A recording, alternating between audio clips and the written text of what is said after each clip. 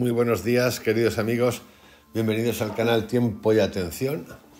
Ya metidos en mayo, mes de las flores, dicen por ahí. A mí me encantan las flores, me fascinan las flores, me fascina fotografiar las flores. Me fascina verlas, observarlas con una cámara, los dibujos antiguos de viajeros de plantas y flores. Tengo un fotógrafo favorito, creo que se llama Emanuel Blomsfeld, en blanco y negro, que hacía con daguerrotipos, creo, que fue mi conexión hacia la fotografía botánica. Volvemos hoy a Hermes Trismegisto y a un podcast que es un podcast referencial. Lo he titulado Hermes Trismegisto, la traducción hermética. De Hermes Trismegisto, en este canal ya hay, de hecho hay un podcast específico de Hermes Trismegisto. Hemos hecho Mente a Hermes, Hipnosis secreta, fórmula cuarta, la ley de la atracción. Hermes Trismegisto y el cuerpo hermeticum de Hermes, Atat, el discurso universal, el Kybalion y la ley de la atracción, que si bien no la escribió Hermes Trismegisto, sí que tira de esencias de Hermes Trismegisto. Y que el autor es William Walker Atkinson.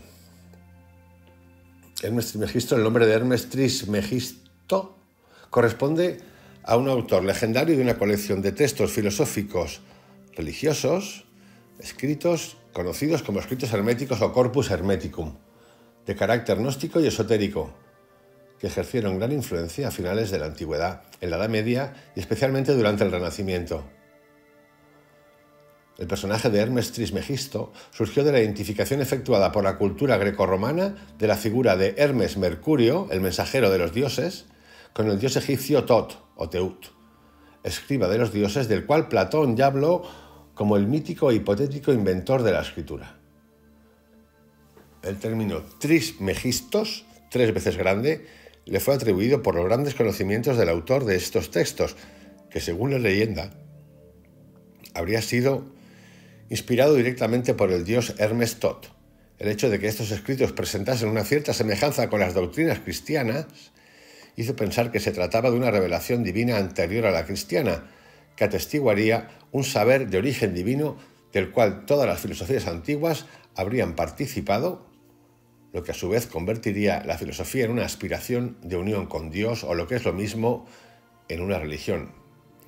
Las obras de este hipotético autor, reconocidas como de gran valía por Cicerón, Lactancio, San Agustín y otros autores del Renacimiento, que luego vamos a ver, vamos a hacer una revisión histórica, desde la neohistórica hasta el inicio, fueron traducidas por Marsilio Ficino en 1471, y son una especulación cosmológica con elementos astrológicos y astronómicos, caldeos y helenísticos, de la física aristotélica y de la antropología pitagórica platónica, que también aparecen como un instrumento de liberación salvífica, es decir, de salvación.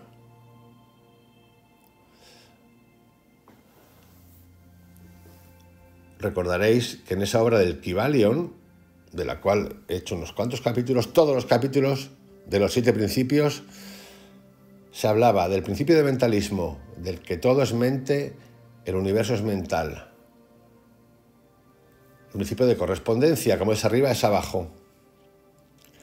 El principio de vibración, brutal esencial Nada está móvil, todo se mueve, todo vibra. Y aquí habría que hacer un poquito más. De hecho, ese poquito más, si queréis, lo tenéis en el poder de la intención y el viaje a la mente, donde hablo solamente de vibración.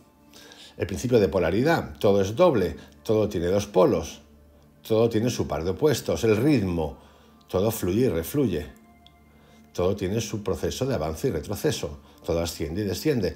El principio de causa y efecto, toda causa tiene su efecto. El principio de generación, la generación se manifiesta en todos los planos, todo tiene su propio principio masculino y femenino, activo y pasivo. Los 2 géneros existen por doquier. En ese viaje a Hermes Trismegisto, a la tradición hermética, también es importante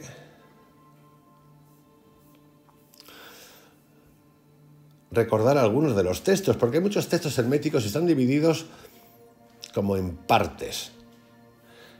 El espiritual, el del mundo espiritual, que se refiere al Corpus Hermeticum, trata de Asclepio, definiciones de Hermes Trismegisto Asclepio, extractos estobeanos. Hermes, entre los hallazgos que se encontraron en Nag Hammadi, fragmentos de Oxford y Viena, pero también hay otros textos herméticos subdivididos de interés, como por ejemplo griegos, textos hermética astrológicos griegos, como el deambular de las influencias, Salmes Koiniaka, los textos de Necheptos y Petosiris, el arte de Eudoxo, el Liber Hermetis, el libro de Hermes, de 36 partes, del siglo IV o V después de Cristo. Tiene que ver mucho con la astrología y con el zodíaco, el Brontologión, un tratado sobre los diversos efectos del trueno en diferentes meses, el Periseismón sobre los terremotos, el libro de Asclepio llamado Miriogénesis, que es un tratado de medicina astrológica, el libro de Hermes a Asclepio, que ya hemos conocido, las 15 estrellas, piedras, plantas e imágenes, que es un tratado de mineralogía. También existen textos alquímicos, como el Ciránides, los papiros mágicos griegos, que son una colección moderna de papiros que datan de varios periodos entre el siglo II a.C. y el siglo V después de Cristo. Hay textos árabes, hermética astrológica árabe, la vara de oro, el libro de Hermes sobre las revoluciones de los años de las natividades, el Carmen Astrologicum de Doroteo de Sidón, el libro de los secretos de las estrellas, el libro de la exposición de la clave de las estrellas, el secreto de la creación y el arte de la naturaleza, la tabla esmeralda, la epístola del secreto, Risalat al-Sir, el gran tratado de estrellas, y así simultáneamente. Mucho hay escrito sobre esto, porque mucho interés tuvo antes y mucho interés tiene ahora. De manera que, después de esta breve introducción, vamos a dar un paseo por un montón de autores que muchos seguros conoceréis y algunos extractos de textos, de los textos de Hermes, el Corpus Hermeticum. Entonces ahí podemos viajar vamos a viajar casi por el final. Los neoherméticos, los nuevos herméticos, los últimos hermetistas, por hacerlo de alguna manera. Y ahí encontramos autores como, hay gente que mete a Carl Jung, a Ébola, a Caius y al Kybalion, que es William Walker Atkinson. Estos son esotéricos. Muy distinto el Kybalion, Caius y Jung, pero de los tres tengo hechos aquí, hay hechos audios. A mí me parecen los tres fascinantes. Luego hay estéticos, como pueden ser Eco, Quasimodo y Thomas Mann.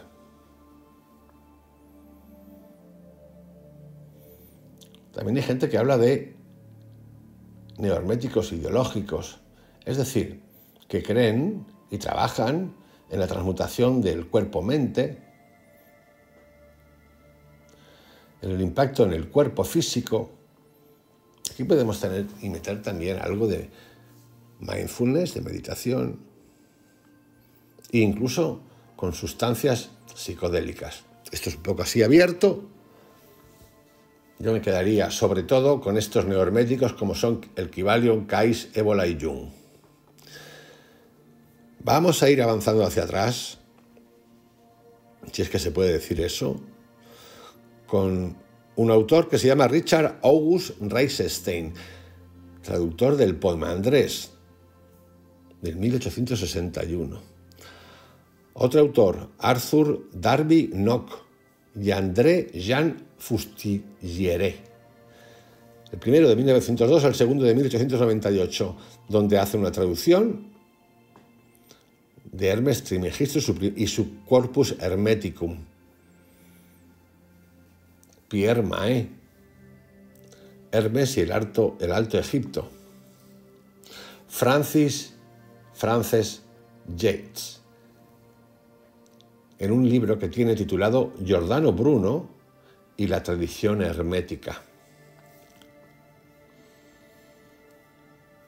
entre los textos herméticos antiguos, de los que he mencionado ya antes, pero de más impacto están el Corpus Hermeticum, Asclepio, que es una traducción latina, el Estobeo, también conocido como Core Cosmou, fragmentos provenientes de citas latinas y griegas de Lactancio y de Cirilo, fragmentos de papiros griegos, textos de Nag Hammadi en copto, por ejemplo, el titulado sobre la Ogdoada y la Enéada, definiciones de Hermes para Asclepio, en una tradición en armenio, textos alquímicos, mágicos y astrológicos.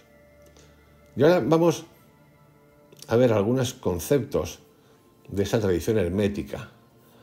Vamos a viajar a tres en particular que son interesantes: Dios, el cosmos y el hombre.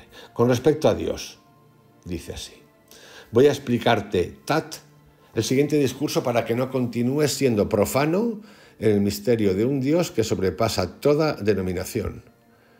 Reflexiona sobre esto y verás cómo aquel que permanece invisible para la mayoría llegará a ser para ti muy evidente. El uno es inengendrado, imperceptible e invisible. Pero puesto que engendra la imagen de todas las cosas, se manifiesta en y a través de ellas y sobre todo a quienes Él quiere mostrarse. Si estás dispuesto a verlo, levanta tus ojos al sol. El sol, el más poderoso de los dioses celestes, al que todos los demás ceden el paso como a su rey soberano, de un astro de tales dimensiones, mayor que la tierra y el mar, que soporta, llevando sobre sí mismo, a los astros menores en sus órbitas. Pero por eso, Dios está más allá de cualquier nombre. Por eso es el invisible a la vez que el más evidente, porque tú eres lo que yo soy. Tú eres lo que yo hago, tú eres lo que yo digo, tú eres todas las cosas y nada existe distinto de ti. Atentos a esta parte final porque es fantástica. Porque tú eres lo que yo soy. Eso es el reino de Dios, está en ti. Tú eres lo que yo hago, tú eres lo que yo digo, tú eres todas las cosas y nada existe distinto de ti. Esto en cuanto a la concepción de Dios. Vamos ahora a ver en los textos herméticos la concepción del cosmos. El pensamiento, Dios, que era hermafrodita, vida y luz a la vez, engendró con la palabra otro pensamiento creador, que es el Dios del fuego y el aliento vital. Y este, a su vez, fabricó 7 gobernadores que envuelven con sus círculos el mundo perceptible y a cuyo poder se le llama destino. Después, la palabra, el pensamiento, primero el pensamiento, luego la palabra. Después, la palabra divina se separó de los elementos descendentes. Y el pensamiento, Padre de todas las cosas, vida y luz, engendró al hombre a su imagen y semejanza. Y le amó como un hijo, pues que, creado a imagen del Padre, era hermosísimo. En realidad, pues, Dios amó a su propia imagen y entregó al hombre todas sus criaturas. El hombre, tras observar la creación del demiurgo en el fuego, quiso a su vez crear y el Padre le concedió su deseo. Pero el hombre, cuando vio su forma reflejada en el agua, se enamoró de ella y deseó habitarle. Esto es un narciso en el lago. Al punto, su deseo se hizo acto y habitó la forma irracional. La naturaleza acogió a su amado, lo envolvió por entero y se unieron, pues se habían enamorado. Como consecuencia, si lo comparamos con los animales terrestres, el hombre es dual. Aquí hay como un paseo por un montón de cosas. La palabra, el pensamiento, el hombre ego, cuando se ve, se mira y se ve por primera vez. El hombre que decide, el ser humano que decide, yo quiero crear también, para acabar, ¿dónde? En la dualidad. Por eso es tan interesante el no dualismo, Advaita. A mí me interesa mucho por esto. En cuanto al hombre, nos cuentan en Asclepio. El hombre, Asclepio, es un gran milagro, un ser vivo digno de veneración y honor, un ser que muda a la naturaleza de un Dios como si realmente lo fuera, un ser que se entiende con el género de los démones, conocedor de que su naturaleza es congénita a la suya, un ser que desprecia su componente de mera naturaleza fiado en el carácter divino de su otra parte. ¡Oh, cuán felicísima es la naturaleza compuesta del hombre! Tal es su privilegiado lugar intermedio, tanto ama a los seres que le son inferiores como es amado por los que le sobrepasan. Desde el momento en que este discurso nos hace saber el parentesco y la asociación entre hombre y dioses, Asclepio, debes reconocer el poder y la fuerza del hombre, así como el Señor y Padre, o Dios, por utilizar su nombre más augusto, es el hacedor de los dioses celestes, así es el hombre quien modela a los dioses de los templos que se satisfacen con habitar cerca de los hombres. De esta manera, el hombre no es solo glorificado, también es capaz de glorificar. No solo avanza hacia Dios, también es hacedor de dioses. El hombre, pues, merece admiración como el más grande de los seres. Aquí, si observáis, aquí hay un antropomorfismo, o sea, es decir, el hombre como pilar de los pilares, pero también aparece otra vez en la dualidad.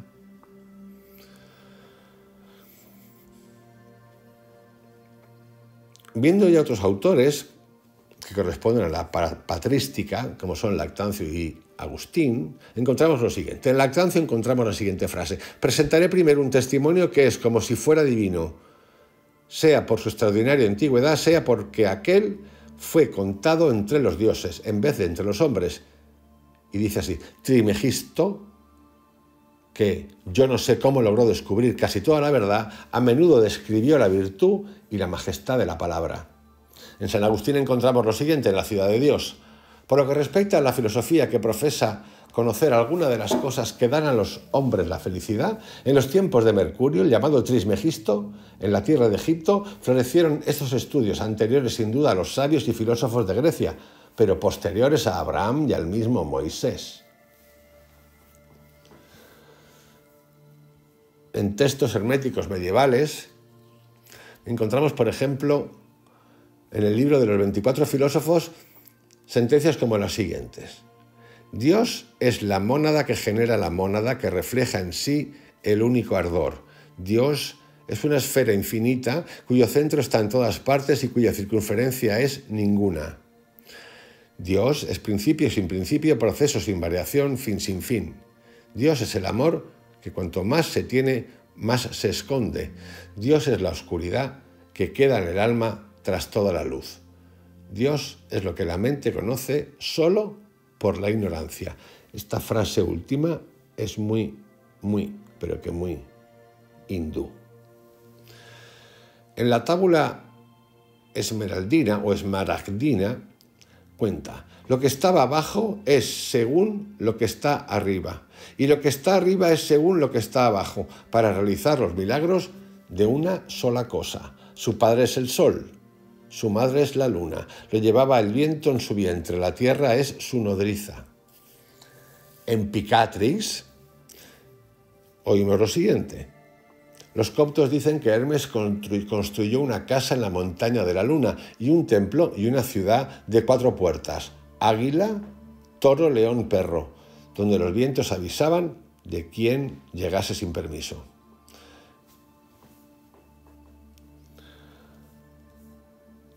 Tenemos autores, quizás el más conocido que nos ha traído a Hermes a la luz es Marsilio Ficino, 1433, Giovanni Pico de la Mirandola, 1463 también.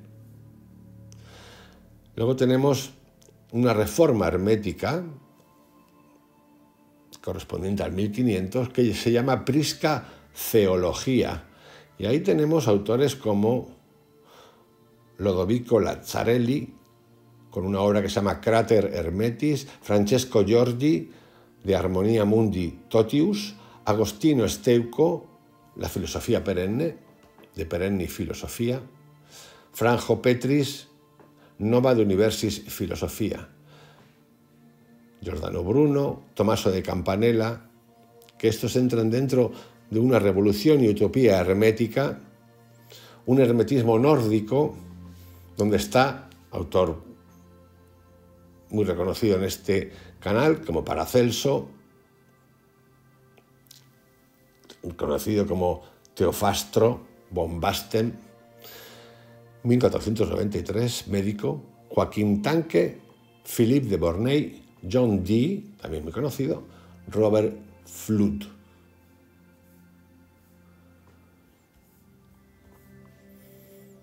Otro autor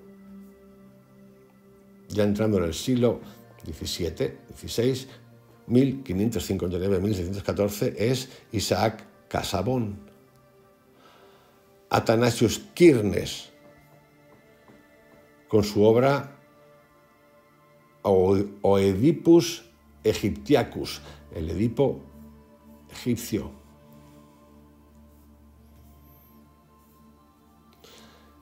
Isaac Newton, también un reconocido místico escondido que se descubrió más tarde, tiene un libreto titulado Comentario a la Tábula Esmeraldina. Mozart dedica una obra fantástica como es La flauta mágica a un mundo magno, asclépico, universal, de reconocimiento y de búsqueda de qué es el hombre a Dios y qué es Dios al hombre. El milagro es el hombre. Así que nada, queridos amigos, os dejo con este comentario, que es un comentario con algunas citas, para todos aquellos que queráis profundizar un poquito más en la tradición hermética, en la obra de Hermes Trismegisto y todos los que escribieron acerca de él. Recordaros, tenéis el podcast de Hermes Trismegisto, tenéis el podcast del Kybalión y la ley de la atracción, y ahora tenéis aquí un breviario de mucha más información acerca de este mundo mágico que tiene que ver mucho con la mente, la palabra, el hombre y Dios, la creación. Os envío un abrazo, que tengáis un excelente día, hasta mañana.